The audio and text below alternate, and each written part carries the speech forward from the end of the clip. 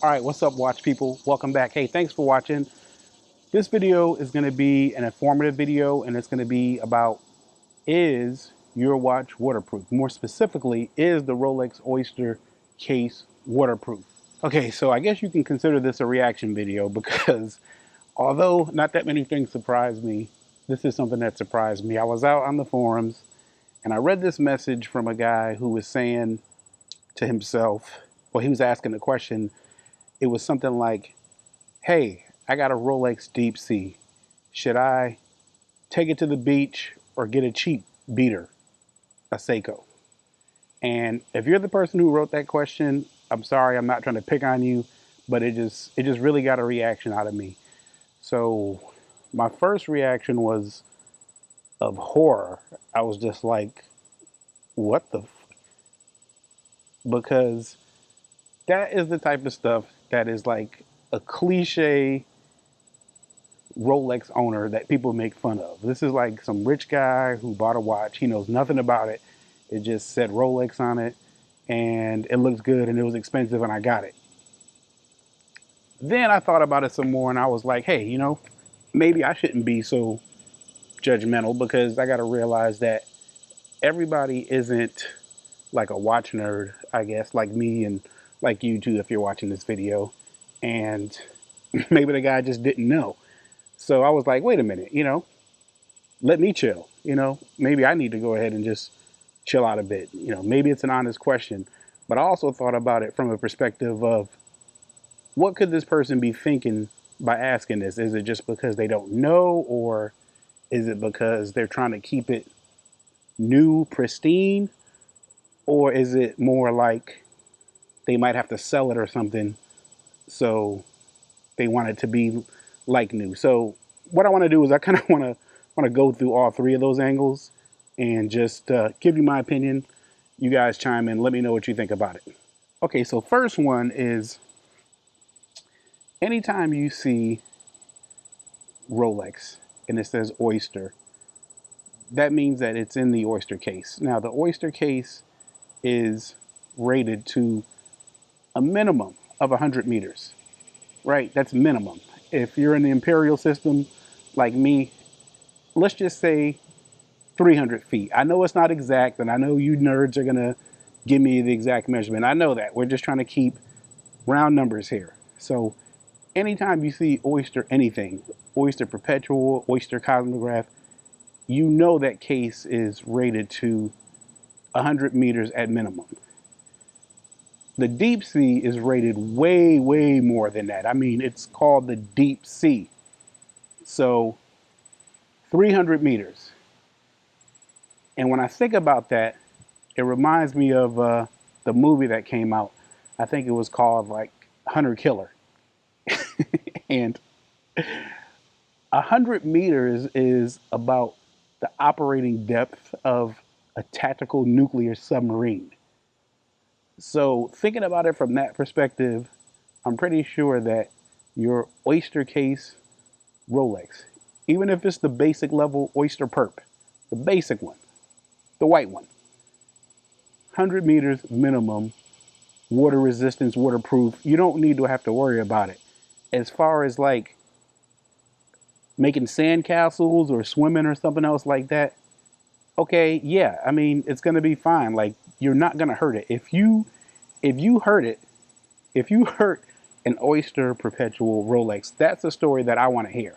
I want to hear that story because it was an amazing story. I mean, the reason why people buy these watches is because they're very tough and you can pound them and you don't have to worry about it. It's essentially, in my opinion, the luxury equivalent of buying a G-Shock. When people buy a G-Shock, they buy a G-Shock because they know they're going to be tough on the watch. They don't want to have to worry about it breaking or getting a new one. Rolex to me is like the luxury version of that. Yes, they're extremely overpriced for what they are, for what you're getting. However, the brand is there and you know that this is a watch that you're not going to have to worry about. So you can fishing, swimming, whatever you're going to do in it, probably rock climbing, it's probably going to be okay. So from that perspective, you don't need to worry about it. The second thing here is about keeping it minty. Now, I really try to just stick to facts here and not get into too many personal things on this channel because, I mean, nobody cares about what I personally think mainly. But personally, I'm not a type of person that keeps stuff in plastic. Like, if I'm getting something, I buy it to use it. Like, I'm not the guy that's going to buy a luxury car with leather seats and then put seat covers on it. It's like keeping it new for the next person after me. It's kind of like life is short, man. Like if you buy something, I think use it, enjoy it, or else buy something that you can enjoy without having to worry about it. Because life is really too short. And I know if you're in your 20s or something, you think you're going to live forever. And I did also, but I'm not in my 20s anymore. And you start realizing that life is short. It's a hobby that you're in. Use it.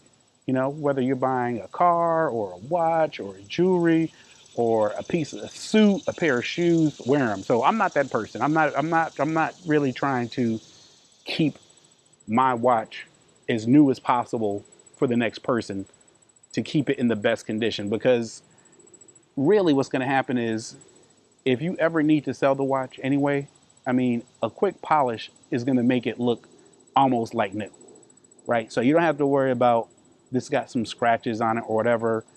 If it's beat up, I mean, worst case scenario, you give it a full service, it'll be running like new, quick polish, it'll be shiny again. Worst case, you got a cracked sapphire crystal, they can fix that. So from that angle, I believe that you should take your watch to the beach, play in the sand, use it. I mean, it'll have some dents and dings on it. Those are stories, right? Isn't that the whole point? Or maybe it's just me. Finally, the third point I want to talk about is for a person to ask this question, maybe they're trying to keep it like new because maybe they're going to have to sell it or something, which that kind of goes into another thing that I'm thinking, like, why would you why would you buy something that you have to keep new because you might have to sell it and you want it to be in top condition, right? I don't get that either. I'm kind of a person where usually if I can't afford something like 2 times over, I just don't buy it, because if you if you can't afford it twice, then you probably can't afford it to begin with, whether that's a car, a house, school, anything. So my reaction to that would be is that if you have a watch and you're worrying about maybe you should keep it in the safe because you want to keep it pristine or something, because you might have to sell it real quick and you want yours to be the best one on the market, the best condition. I mean, I just don't get that. I understand some people do that, but it's not really for me. So in this video, I talked about the answer to the question of, is my Rolex Oyster case waterproof and should I take it to the beach? I talked about how technically and spec wise, the watch can take anything you'll do with it at the beach. I also talked about maybe keeping it new for someone else after you. And I also talked about if you're worrying about if it needs to be in the top condition, then maybe you shouldn't just get it at all. But I just freestyled this whole thing. That's just my take. You guys, let me know what you think in the comments. Thanks for watching this video, and I'll see you on the next one. Later.